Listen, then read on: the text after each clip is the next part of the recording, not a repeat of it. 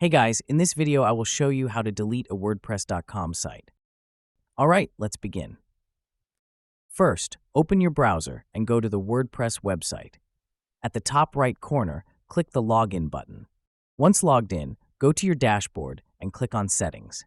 In this section, you will find many options for managing your site. Next, scroll down and locate the embed labeled WordPress Site Settings. Click on it, then click on Settings again. Inside this area, scroll down and look for the option that says Delete Site. Remember, this step is irreversible, so make sure to back up any important data before proceeding.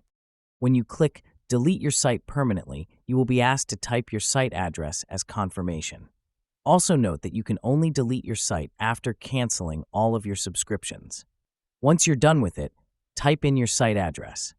After entering it, click Delete Site to finalize the process.